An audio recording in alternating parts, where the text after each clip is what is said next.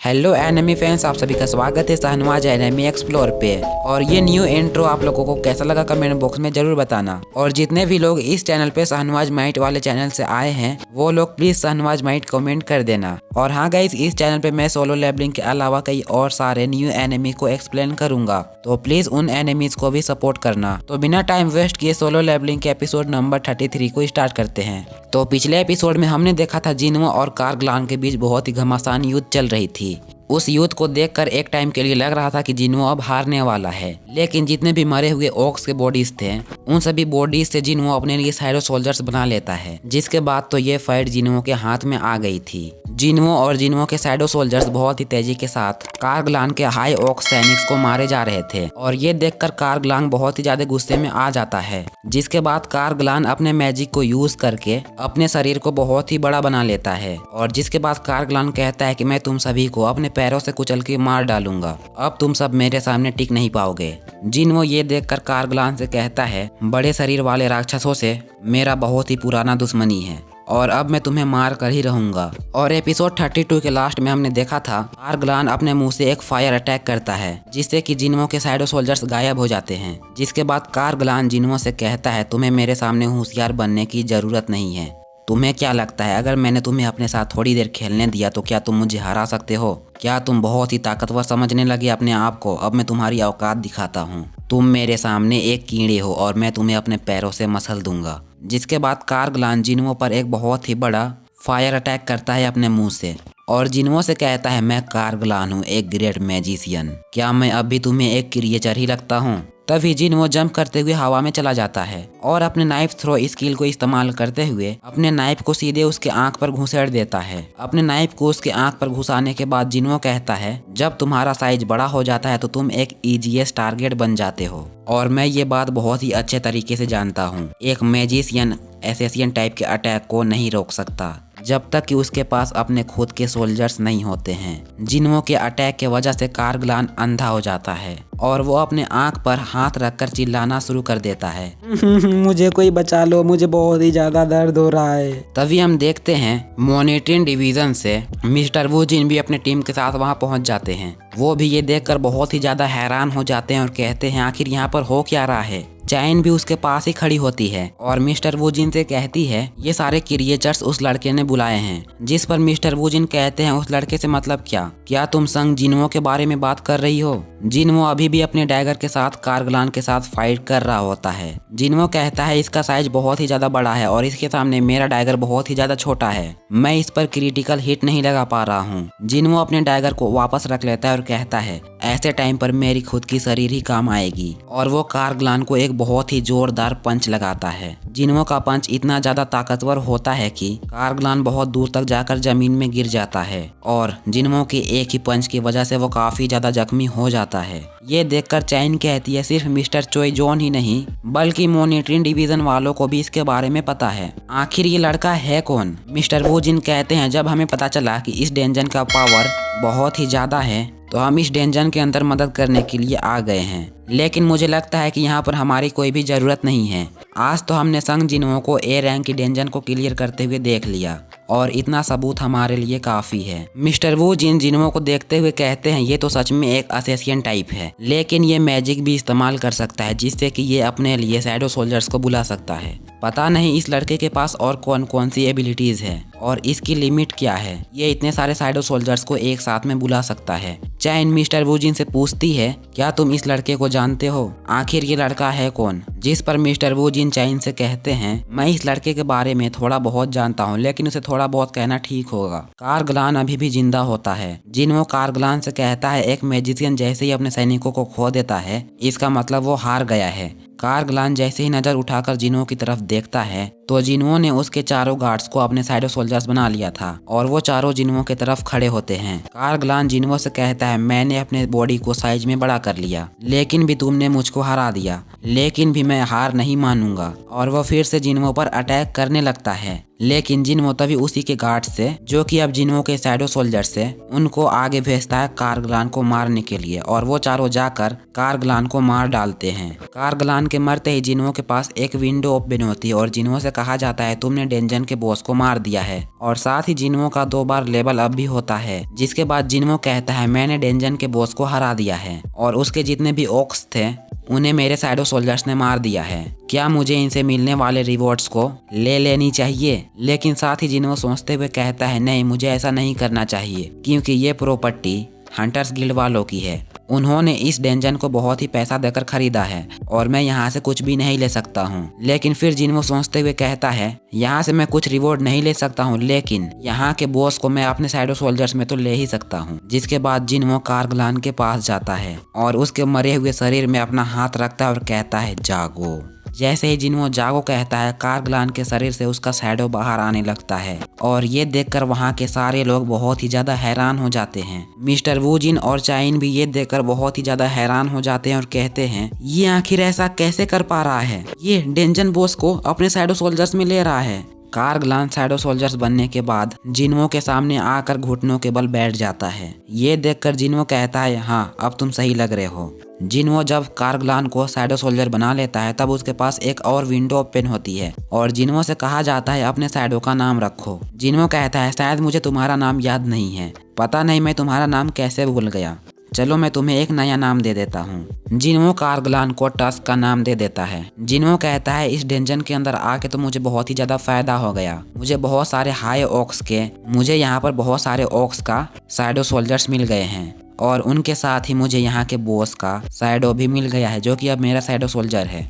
इसके अलावा मेरा लेवल अप होने से अब मैं 177 शैडोज को अपने सेना में ले सकता हूँ। जिन्हो उनमें से जितने भी फालतू और नॉर्मल के शैडोज होते हैं उन सबको नथिंगनेस में भेज देता है, जबकि जितने भी यूजफुल शैडोज थे उन सबको रख लेता है। और जिन्हो जब ये सब कर रहा था तब वहाँ के बाकी हंटर सिर्फ जिन्हो को ही देख रहे थे। जिन्हो जैसे ही अपने शैडोज को वापस भेजता है उसी टाइम मिस्टर वू जिन आगे बढ़ते हैं और जिन्हो का नाम पुकारते हैं। जिन्हो जल्दी से पीछे की तरफ मुड़ता है और मिस्टर वू जिन को देखकर बहुत ही ज्यादा घबरा जाता है और साथ ही उसकी नजर चाइन पर पड़ती है। इन दोनों को देखकर जिन्हो कहता है क्या मैं आज पकड़ा गया, इन लोगों ने तो मुझे एक्शन करता हुआ लाइव देख लिया। जिसके बाद जिन्हो कहता है अब मैं इन सबको कैसे एक्सप्लेन करूंगा, मैं यहाँ से कैसे बाहर निकल पाऊंगा। लेकिन उसी टाइम मिस्टर वू जिन अपने साथियों के साथ जल्दी से जिन्हो के सामने जाकर खड़े हो जाते हैं और उन सबको कहते हैं हम लोग हंटर एसोसिएशन से आए हैं, हमारी एसोसिएशन का इसको इंचार्ज बनाया गया है, इसकी सुपरविजन हमारी जिम्मेदारी है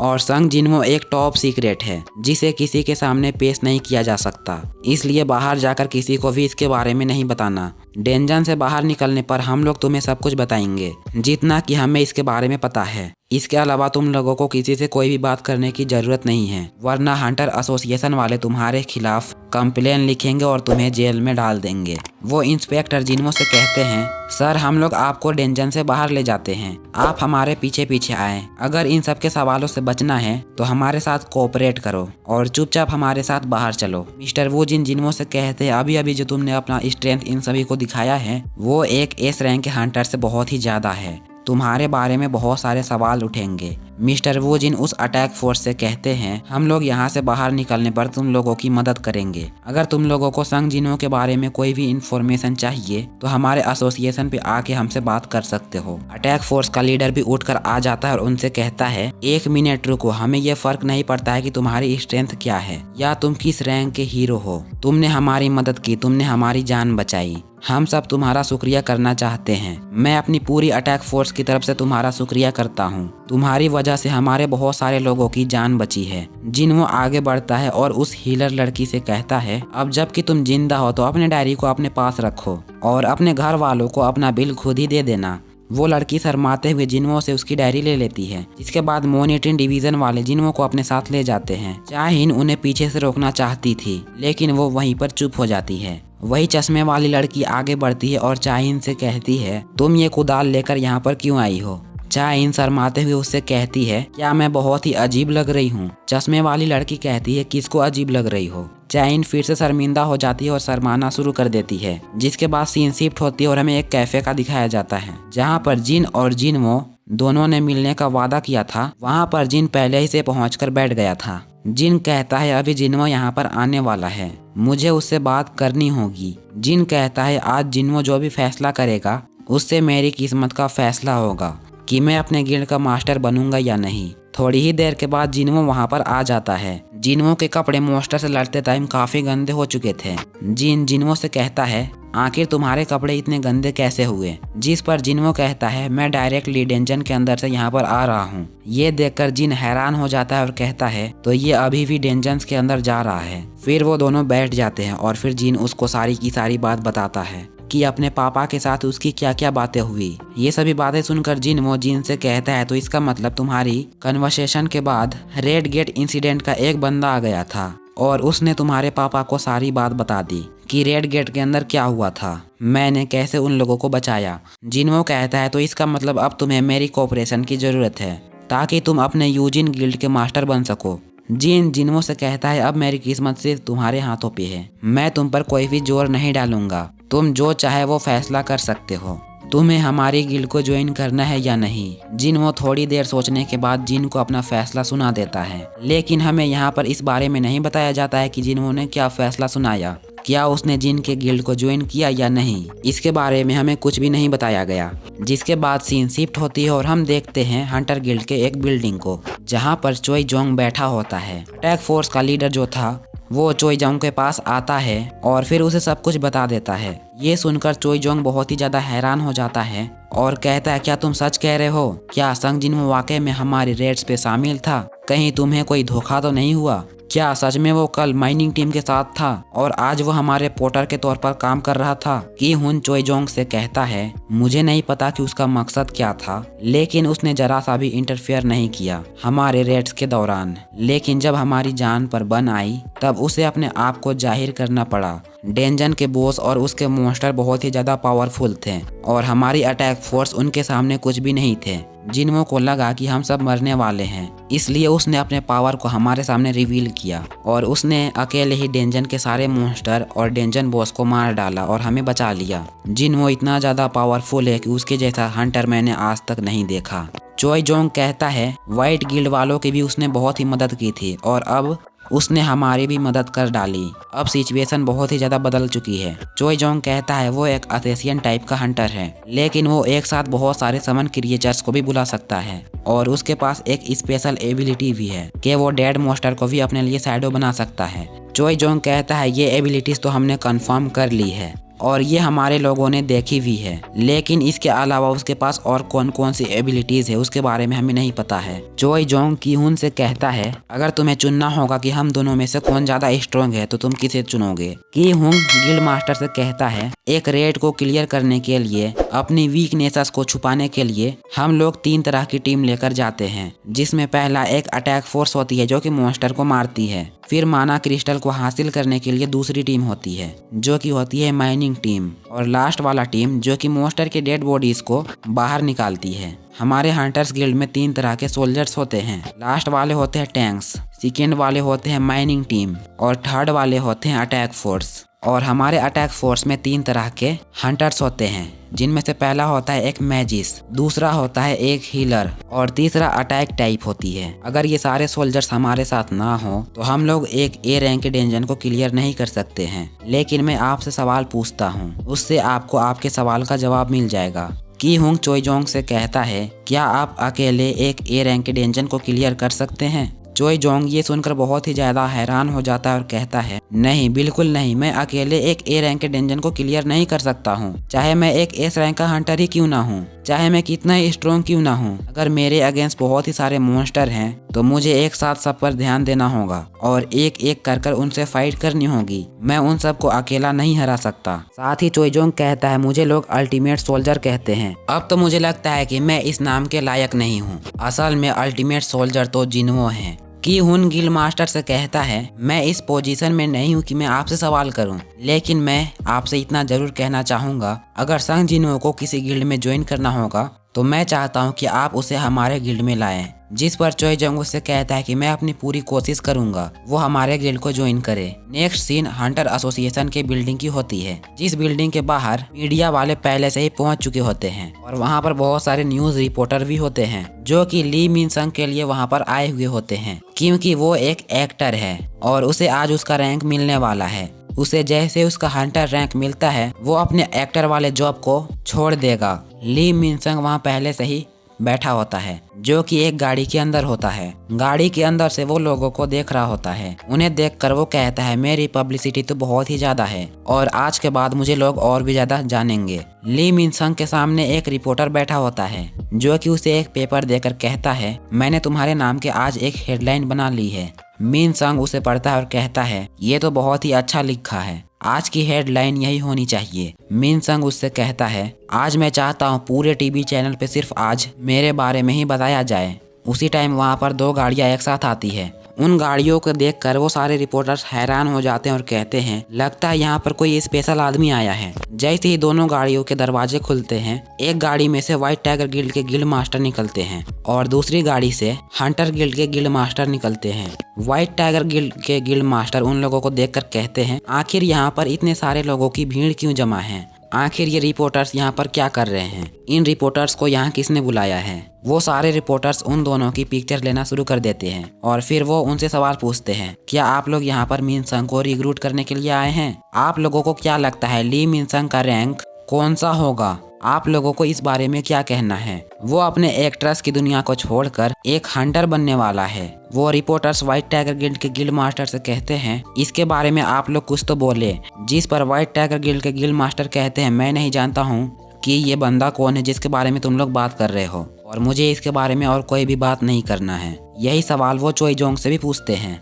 चोई जोंग रिपोर्टर से कहते हैं अगर तुम लोगों को नहीं पता तो मैं तुम लोगों को बता दूं मिन संग ने पहले ही एक रीपर गिल्ड के साथ कॉन्ट्रैक्ट कर रखा है और हम लोग यहाँ पर मिन संग के लिए नहीं आए हैं। ये बात सुनते ही वो सारे रिपोर्टर्स बहुत ही ज़्यादा डिस्पेंट हो जाते हैं। वो रिपोर्टर्स कहते हैं कि हमें तो लगा था कि ये एक बहुत ही बड़ी खबर बनने वाली है। यून हूँ चोई जोंग से कहते हैं मैंने सुना है जिन्हों ने तुम्हारे अटैक फोर्स को बचाया है, जिस पर चोई जोंग यून हूँ से कहते हैं लेकिन हमारी अटैक फोर्स डेंजन के अंदर से जिंदा बाहर आई, तुम लोगों ने तो अपने बहुत सारे लोगों को खो दिया। ये बात सुनकर यून हूँ बहुत ही ज्यादा गुस्सा हो जाते हैं। यून हूँ उससे कहते हैं चाहे जो भी हो हम दोनों ने ही उससे मदद ली है और वो सच में बहुत ही ज्यादा पावरफुल है। जिस पर चोई जोंग कहता है हाँ तुम बिल्कुल ही ठीक कह रहे हो, अगर वो उस दिन हमारी मदद नहीं करता तो हमारी पूरी अटैक फोर्स उस दिन डेंजन के अंदर खत्म हो जाती। और यहीं पर वो दोनों आपस में लड़ना शुरू कर देते हैं। चोई जोंग कहता है उसे मेरी गिल्ड में होना चाहिए, मैं उसे अपनी गिल्ड में लेने के लिए आया हूँ और मैं किसी भी कीमत में उसे अपने गिल्ड में लूंगा। जिस पर व्हाइट टाइगर गिल्ड के गिल्ड मास्टर कहते हैं